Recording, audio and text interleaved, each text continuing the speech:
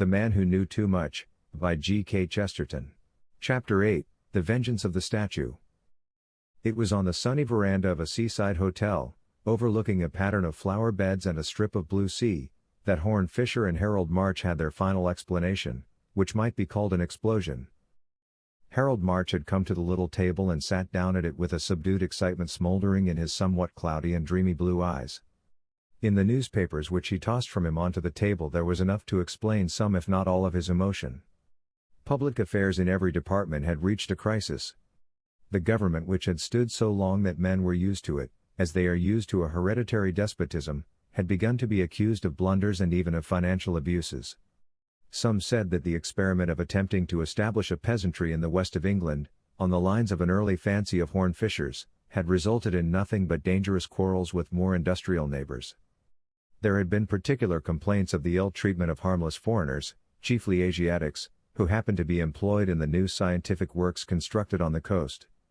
Indeed, the new power which had arisen in Siberia, backed by Japan and other powerful allies, was inclined to take the matter up in the interests of its exiled subjects, and there had been wild talk about ambassadors and ultimatums. But something much more serious, in its personal interest for March himself, seemed to fill his meeting with his friend with a mixture of embarrassment and indignation. Perhaps it increased his annoyance that there was a certain unusual liveliness about the usually languid figure of Fisher. The ordinary image of him in March's mind was that of a pallid and bald-browed gentleman, who seemed to be prematurely old as well as prematurely bald. He was remembered as a man who expressed the opinions of a pessimist in the language of a lounger. Even now March could not be certain whether the change was merely a sort of masquerade of sunshine, or that effect of clear colors and clean-cut outlines that is always visible on the parade of a marine resort, relieved against the blue dado of the sea. But Fisher had a flower in his buttonhole, and his friend could have sworn he carried his cane with something almost like the swagger of a fighter. With such clouds gathering over England, the pessimist seemed to be the only man who carried his own sunshine. "Look here," said Harold March, abruptly, "you've been no end of a friend to me, and I never was so proud of a friendship before, but there's something I must get off my chest.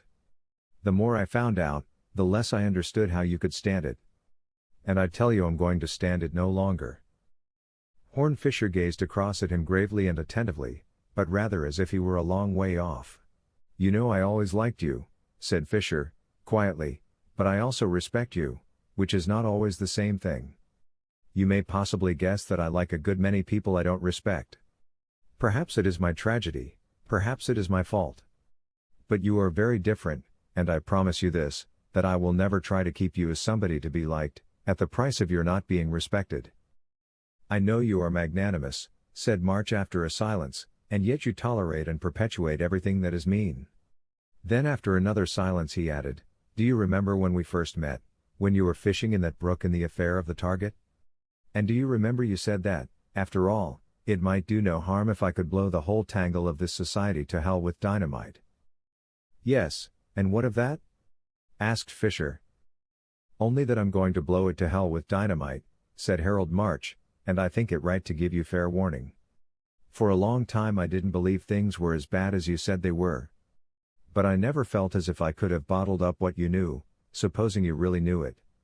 Well, the long and the short of it is that I've got a conscience, and now, at last, I've also got a chance. I've been put in charge of a big independent paper, with a free hand, and we're going to open a cannonade on corruption." "That will be Atwood, I suppose," said Fisher, reflectively. "Timber merchant. Knows a lot about China." "He knows a lot about England," said March, doggedly, "and now I know it, too. We're not going to hush it up any longer. The people of this country have a right to know how they're ruled, or, rather, ruined.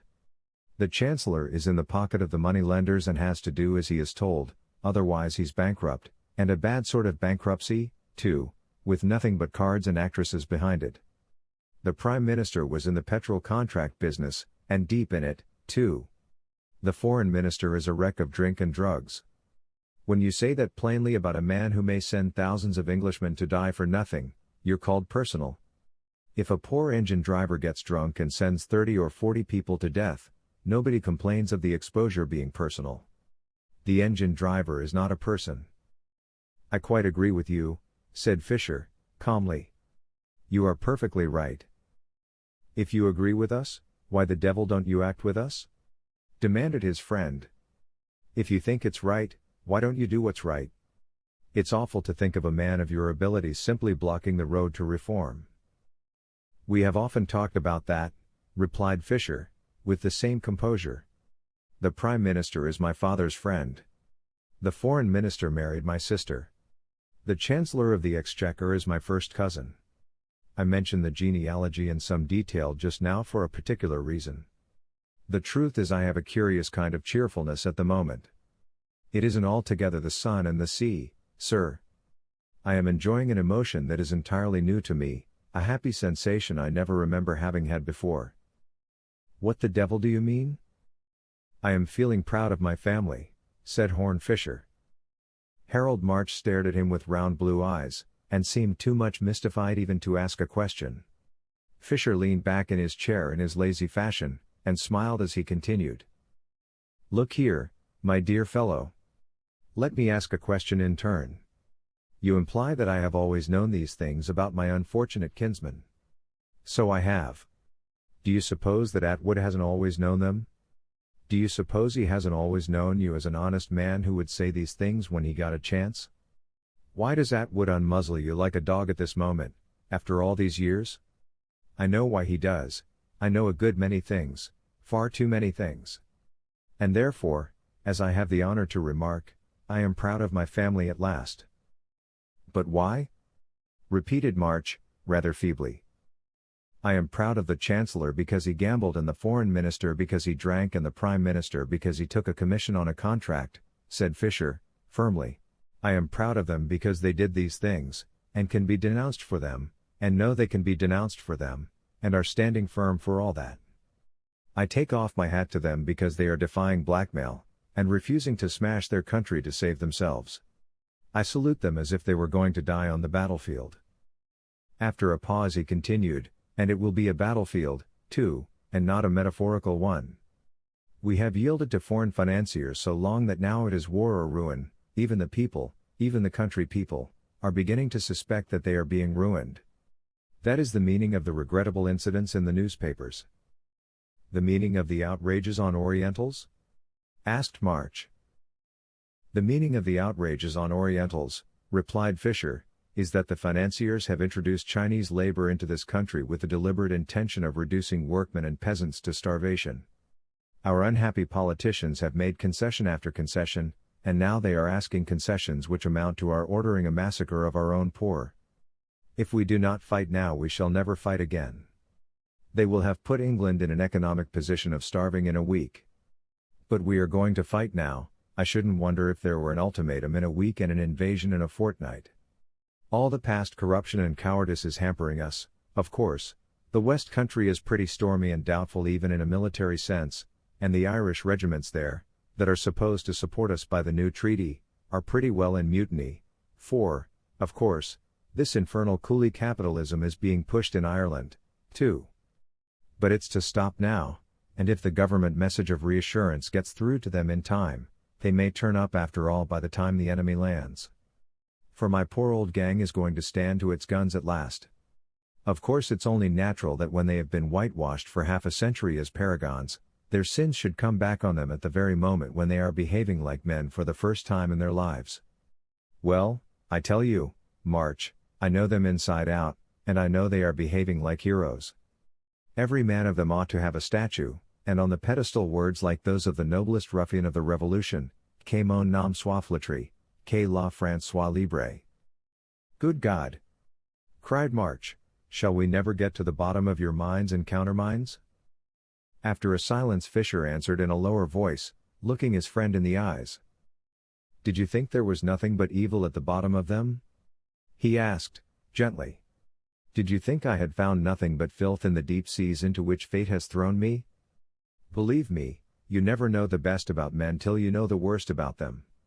It does not dispose of their strange human souls to know that they were exhibited to the world as impossibly impeccable waxworks, who never looked after a woman or knew the meaning of a bribe.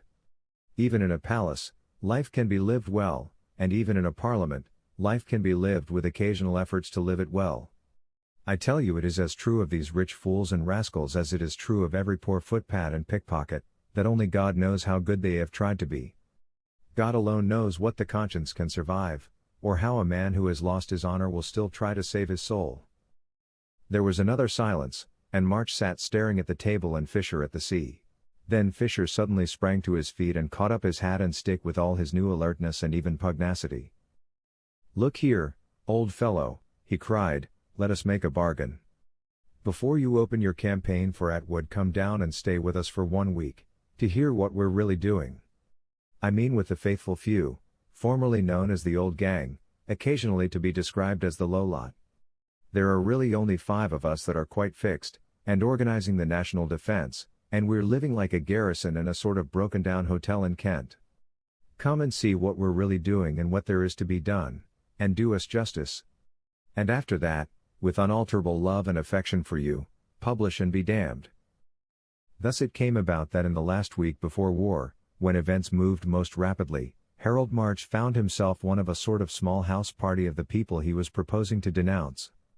They were living simply enough, for people with their tastes, in an old brown brick infaced with ivy and surrounded by rather dismal gardens.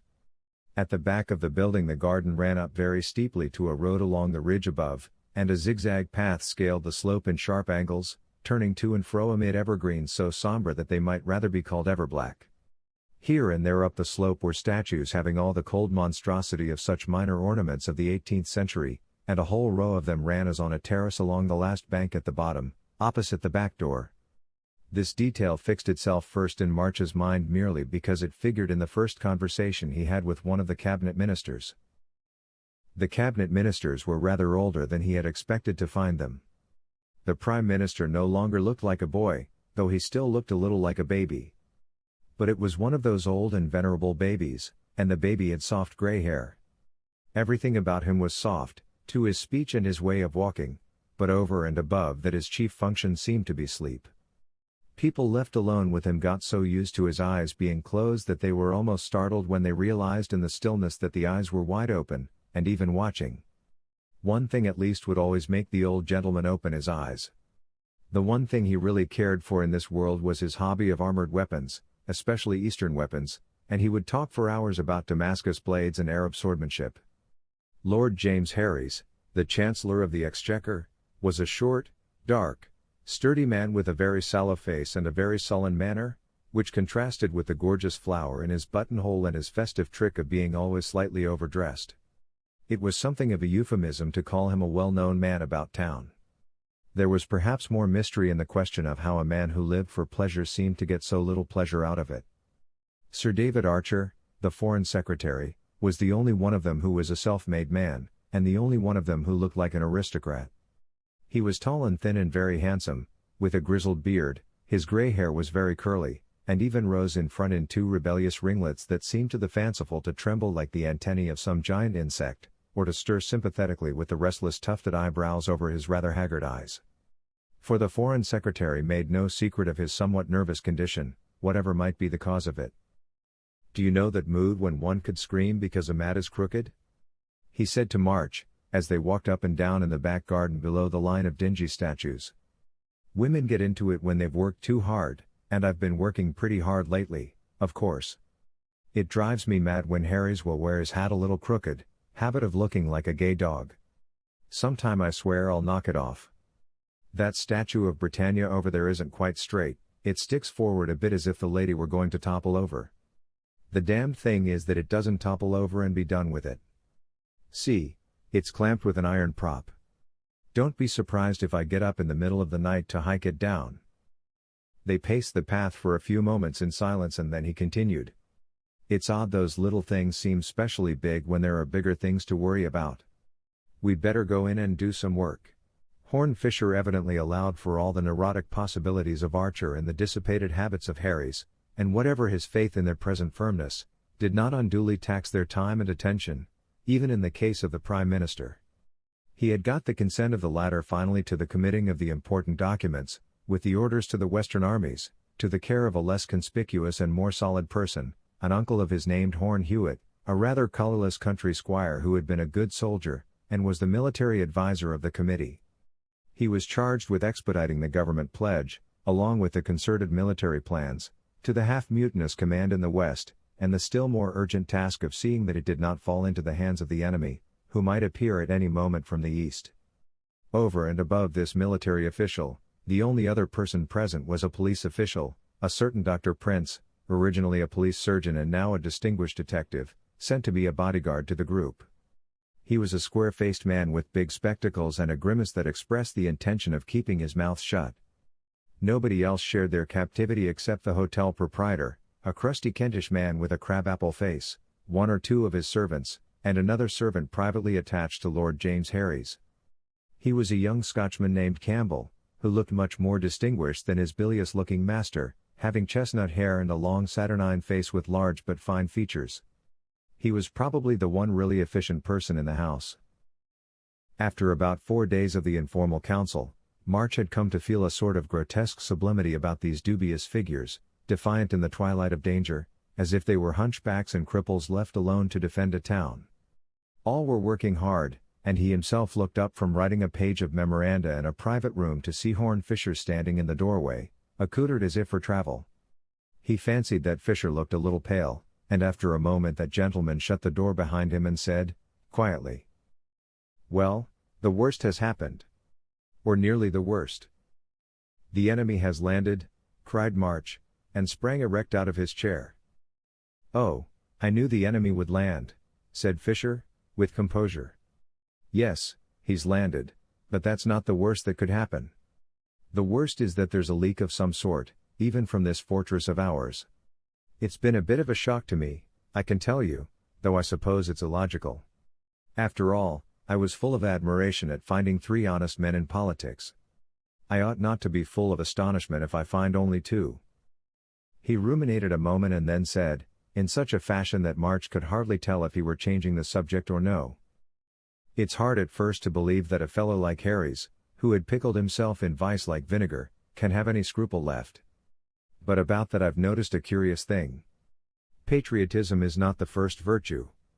Patriotism rots into Prussianism when you pretend it is the first virtue. But patriotism is sometimes the last virtue. A man will swindle or seduce who will not sell his country. But who knows? But what is to be done?"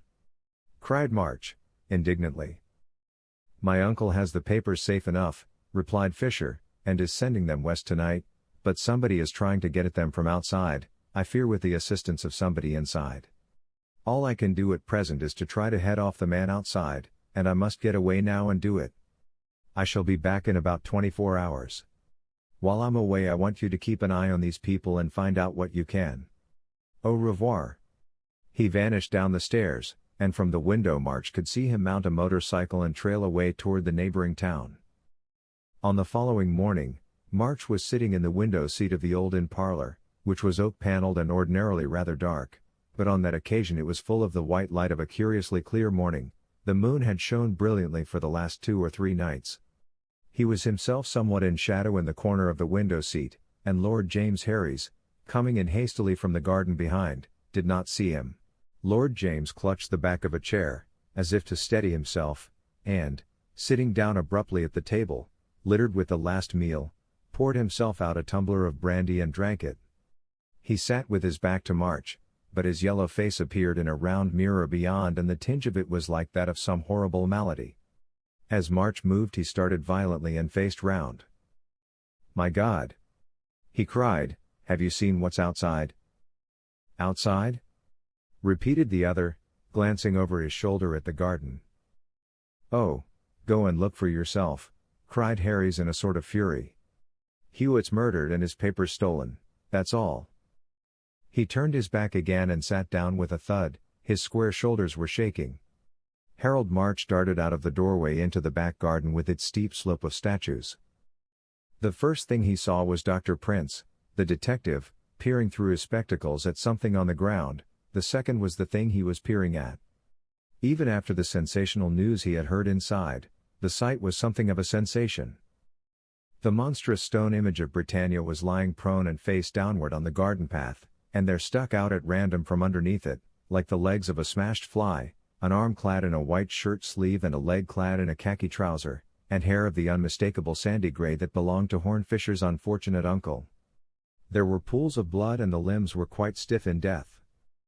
"Couldn't this have been an accident?" said March, finding words at last. "Look for yourself, I say," repeated the harsh voice of Harry's, who had followed him with restless movements out of the door. "The papers are gone, I tell you." The fellow tore the coat off the corpse and cut the papers out of the inner pocket. "There's the coat over there on the bank, with the great slash in it." "But wait a minute," said the detective, Prince, quietly. "In that case there seems to be something of a mystery. A murderer might somehow have managed to throw the statue down on him, as he seems to have done. But I bet he couldn't easily have lifted it up again. I've tried, and I'm sure it would want 3 men at least. Yet we must suppose, on that theory, that the murderer first knocked him down as he walked past, using the statue as a stone club, then lifted it up again, took him out and deprived him of his coat, then put him back again in the posture of death and neatly replaced the statue. I tell you it's physically impossible. And how else could he have unclothed a man covered with that stone monument? It's worse than the conjurer's trick, when a man shuffles a coat off with his wrists tied. Could he have thrown down the statue after he'd stripped the corpse?" asked March. "And why?" asked Prince, sharply. "If he'd killed his man and got his papers, he'd be away like the wind. He wouldn't potter about in a garden excavating the pedestals of statues.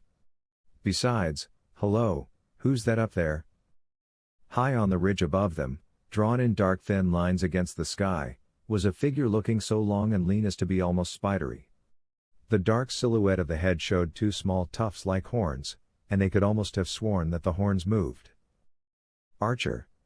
shouted Harry's, with sudden passion, and called to him with curses to come down. The figure drew back at the first cry, with an agitated movement so abrupt as almost to be called an antic. The next moment the man seemed to reconsider and collect himself, and began to come down the zigzag garden path, but with obvious reluctance, his feet falling in slower and slower rhythm. Through March's mind were throbbing the phrases that this man himself had used, about going mad in the middle of the night and wrecking the stone figure. Just so, he could fancy, the maniac who had done such a thing might climb the crest of the hill, in that feverish dancing fashion, and look down on the wreck he had made. But the wreck he had made here was not only a wreck of stone. When the man emerged at last onto the garden path, with the full light on his face and figure, he was walking slowly indeed, but easily, and with no appearance of fear. "This is a terrible thing," he said. "I saw it from above. I was taking a stroll along the ridge." "Do you mean that you saw the murder?" demanded March, "or the accident? I mean, did you see the statue fall?" "No," said Archer, "I mean I saw the statue fallen." Prince seemed to be paying but little attention, his eye was riveted on an object lying on the path a yard or 2 from the corpse. It seemed to be a rusty iron bar bent crooked at one end. "One thing I don't understand," he said, "is all this blood. The poor fellow's skull isn't smashed, most likely his neck is broken, but blood seems to have spouted as if all his arteries were severed. I was wondering if some other instrument. That iron thing, for instance, but I don't see that even that is sharp enough. I suppose nobody knows what it is." "I know what it is," said Archer in his deep but somewhat shaky voice. "I've seen it in my nightmares. It was the iron clamp or prop on the pedestal, stuck on to keep the wretched image upright when it began to wobble, I suppose. Anyhow, it was always stuck in the stonework there, and I suppose it came out when the thing collapsed." Dr. Prince nodded, but he continued to look down at the pools of blood and the bar of iron. "I'm certain there's something more underneath all this," he said at last. "Perhaps something more underneath the statue. I have a huge sort of hunch that there is. We are 4 men now and between us we can lift that great tombstone there." They all bent their strength to the business, there was a silence save for heavy breathing, and then, after an instant of the tottering and staggering of 8 legs, the great carven column of rock was rolled away, and the body lying in its shirt and trousers was fully revealed. The spectacles of Dr. Prince seemed almost to enlarge with a restrained radiance like great eyes, for other things were revealed also. One was that the unfortunate Hewitt had a deep gash across the jugular, which the triumphant doctor instantly identified as having been made with a sharp steel edge like a razor.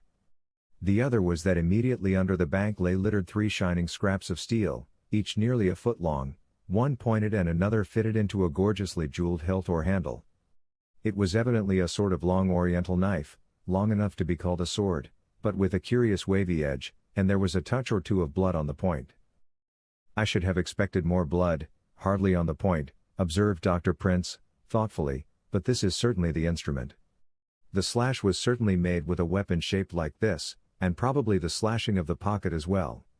I suppose the brute threw in the statue, by way of giving him a public funeral." March did not answer. He was mesmerized by the strange stones that glittered on the strange sword hilt, and their possible significance was broadening upon him like a dreadful dawn.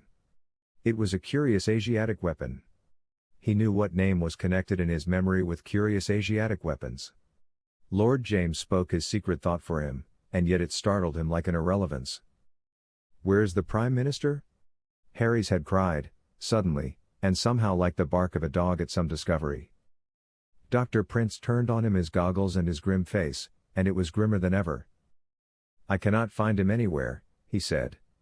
"I looked for him at once, as soon as I found the papers were gone. That servant of yours, Campbell, made a most efficient search, but there are no traces." There was a long silence, at the end of which Harry's uttered another cry, but upon an entirely new note. "Well, you needn't look for him any longer," he said, "for here he comes, along with your friend Fisher. They look as if they'd been for a little walking tour." The 2 figures approaching up the path were indeed those of Fisher, splashed with the mire of travel and carrying a scratch like that of a bramble across one side of his bald forehead, and of the great and gray-haired statesman who looked like a baby and was interested in Eastern swords and swordmanship. But beyond this bodily recognition, March could make neither head nor tail of their presence or demeanor, which seemed to give a final touch of nonsense to the whole nightmare. The more closely he watched them, as they stood listening to the revelations of the detective, the more puzzled he was by their attitude. Fisher seemed grieved by the death of his uncle, but hardly shocked at it. The older man seemed almost openly thinking about something else, and neither had anything to suggest about a further pursuit of the fugitive spy and murderer, in spite of the prodigious importance of the documents he had stolen. When the detective had gone off to busy himself with that department of the business, to telephone and write his report, when Harry's had gone back, probably to the brandy bottle, and the Prime Minister had blandly sauntered away toward a comfortable armchair in another part of the garden, Horne Fisher spoke directly to Harold March. "My friend," he said, "I want you to come with me at once. There is no one else I can trust so much as that. The journey will take us most of the day, and the chief business cannot be done till nightfall.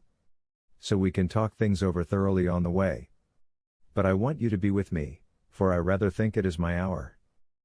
March and Fisher both had motor bicycles, and the first half of their day's journey consisted in coasting eastward amid the unconversational noise of those uncomfortable engines.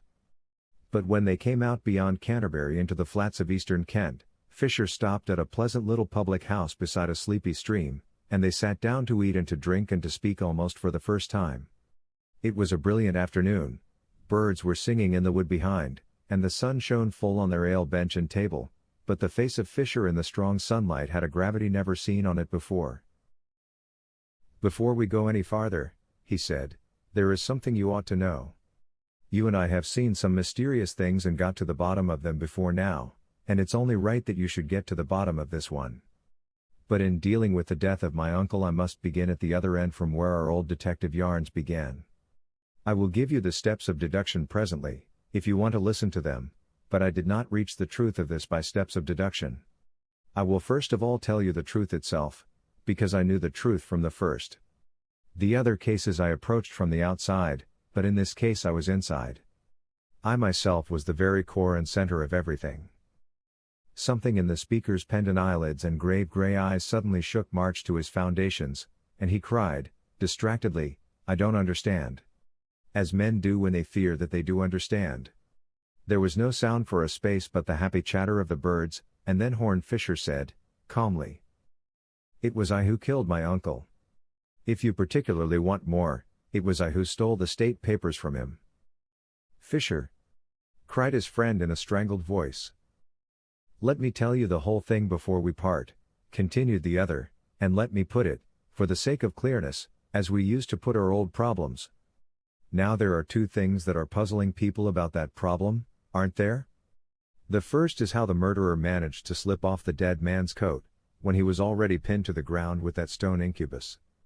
The other, which is much smaller and less puzzling, is the fact of the sword that cut his throat being slightly stained at the point, instead of a good deal more stained at the edge.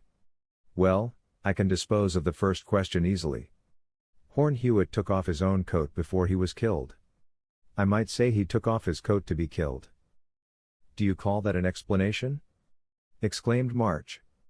The words seem more meaningless than the facts. Well, let us go on to the other facts, continued Fisher, equably. The reason that particular sword is not stained at the edge with Hewitt's blood is that it was not used to kill Hewitt. But the doctor, protested March, declared distinctly that the wound was made by that particular sword. I beg your pardon, replied Fisher. He did not declare that it was made by that particular sword. He declared it was made by a sword of that particular pattern. But it was quite a queer and exceptional pattern, argued March. Surely it is far too fantastic a coincidence to imagine. It was a fantastic coincidence, reflected Horn Fisher. It's extraordinary what coincidences do sometimes occur. By the oddest chance in the world, by one chance in a million, it so happened that another sword of exactly the same shape was in the same garden at the same time. It may be partly explained by the fact that I brought them both into the garden myself. Come, my dear fellow, surely you can see now what it means. Put those two things together. There were two duplicate swords and he took off his coat for himself. It may assist your speculations to recall the fact that I am not exactly an assassin. A duel! Exclaimed March, recovering himself. Of course I ought to have thought of that. But who was the spy who stole the papers? My uncle was the spy who stole the papers, replied Fisher, or who tried to steal the papers when I stopped him, in the only way I could. The papers, that should have gone west to reassure our friends and give them the plans for repelling the invasion, would in a few hours have been in the hands of the invader. What could I do? To have denounced one of our friends at this moment would have been to play into the hands of your friend Atwood, and all the party of panic and slavery. Besides, it may be that a man over 40 has a subconscious desire to die as he has lived, and that I wanted, in a sense, to carry my secrets to the grave. Perhaps a hobby hardens with age, and my hobby has been silence. Perhaps I feel that I have killed my mother's brother, but I have saved my mother's name. Anyhow, I chose a time when I knew you were all asleep, and he was walking alone in the garden. I saw all the stone statues standing in the moonlight, and I myself was like one of those stone statues walking. In a voice that was not my own, I told him of his treason and demanded the papers, and when he refused, I forced him to take one of the two swords. The swords were among some specimens sent down here for the Prime Minister's inspection. He is a collector, you know. They were the only equal weapons I could find. To cut an ugly tale short, we fought there on the path in front of the Britannia statue. He was a man of great strength, but I had somewhat the advantage in skill. His sword grazed my forehead almost at the moment when mine sank into the joint in his neck. He fell against the statue, like Caesar against Pompey's, hanging on to the iron rail. His sword was already broken. When I saw the blood from that deadly wound, everything else went from me. I dropped my sword and ran as if to lift him up. As I bent toward him, something happened too quick for me to follow. I do not know whether the iron bar was rotted with rust and came away in his hand, or whether he rent it out of the rock with his ape-like strength, but the thing was in his hand, and with his dying energies he swung it over my head, as I knelt there unarmed beside him. I looked up wildly to avoid the blow, and saw above us the great bulk of Britannia leaning outward like the figurehead of a ship. The next instant I saw it was leaning an inch or two more than usual, and all the skies with their outstanding stars seemed to be leaning with it. For the third second it was as if the skies fell, and in the fourth I was standing in the quiet garden, looking down on that flat ruin of stone and bone at which you are looking today. He had plucked out the last prop that held up the British goddess, and she had fallen and crushed the traitor in her fall. I turned and darted for the coat which I knew to contain the package, ripped it up with my sword, and raced away up the garden path to where my motor bike was waiting on the road above. I had every reason for haste, but I fled without looking back at the statue and the body, and I think the thing I fled from was the sight of that appalling allegory. Then I did the rest of what I had to do. All through the night and into the daybreak and the daylight I went humming through the villages and markets of South England like a travelling bullet, till I came to the headquarters in the west where the trouble was.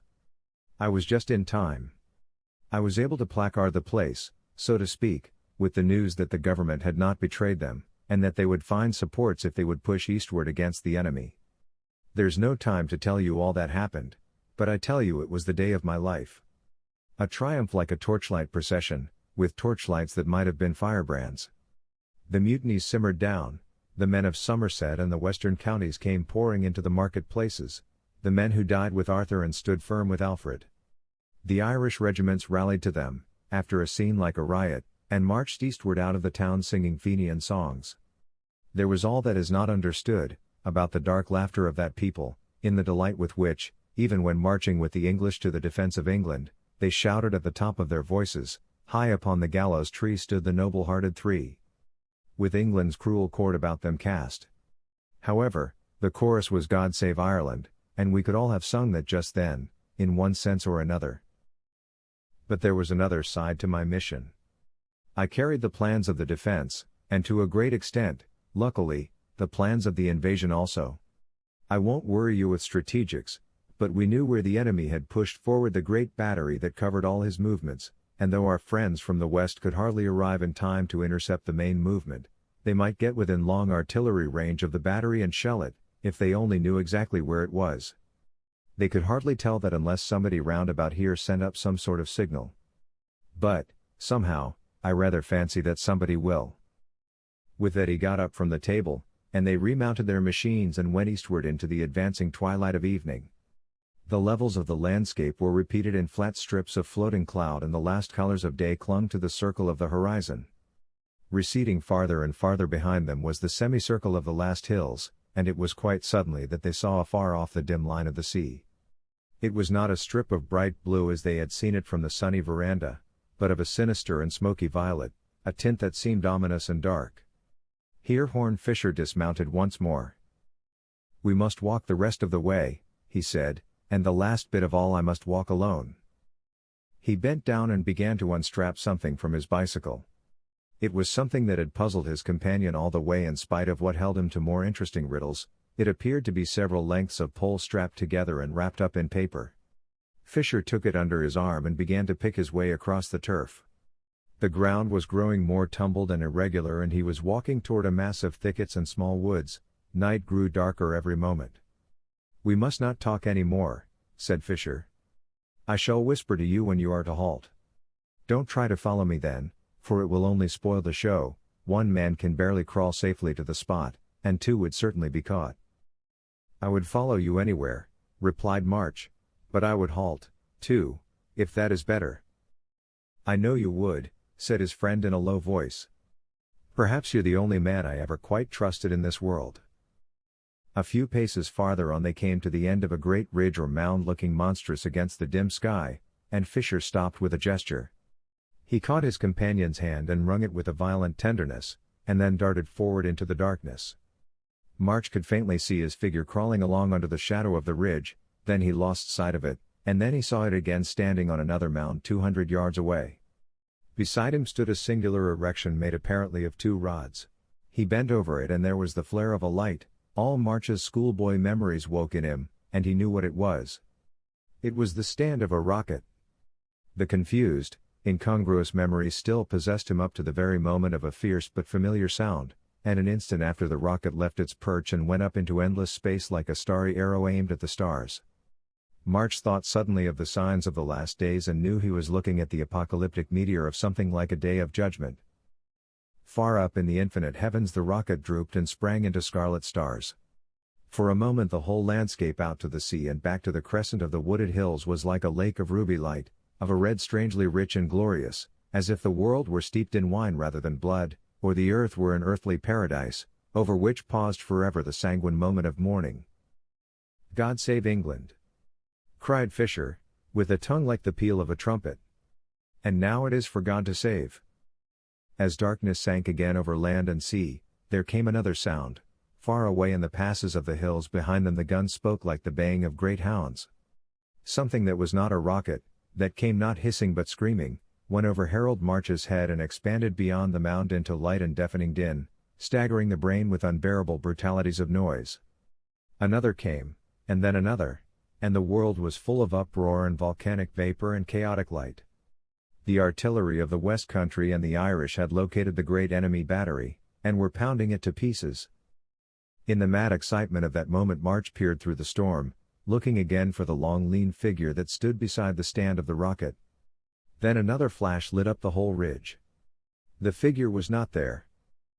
Before the fires of the rocket had faded from the sky, long before the first gun had sounded from the distant hills, a splutter of rifle fire had flashed and flickered all around from the hidden trenches of the enemy.